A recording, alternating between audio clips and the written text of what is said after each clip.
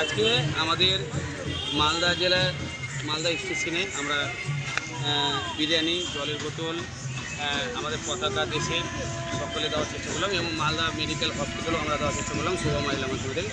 তো আমরা এইভাবেই মানুষের পাশে দাঁড়াবো। আমাদের কোনো মানে ভিডিও করার মানে যে আমরা কোনো ভাইরাল টাইরাল হওয়া আমাদের প্রতিষ্ঠানের এটা ইচ্ছা নেই। আমরা শুধু আপনাদেরকে বার্তা বলেছি যে আমরা যেভাবে পাশে দাঁড়াচ্ছি আপনারাও আপনাদের বাড়ির পাশে যারা অসহায় দরিদ্র মানুষ আছে একজনের পারলেও আপনারা সেবা করার চেষ্টা করবেন। এবং আমাদের আজকে 15ই আগস্ট বলে না, আমরা 365 দিনই মানুষের সেবা করার চেষ্টা করি শোভা মহিলা মন্দির। তো সকলেই ভালো থাকবেন এবং 15 আগস্টের শুভেচ্ছা সকলকেই।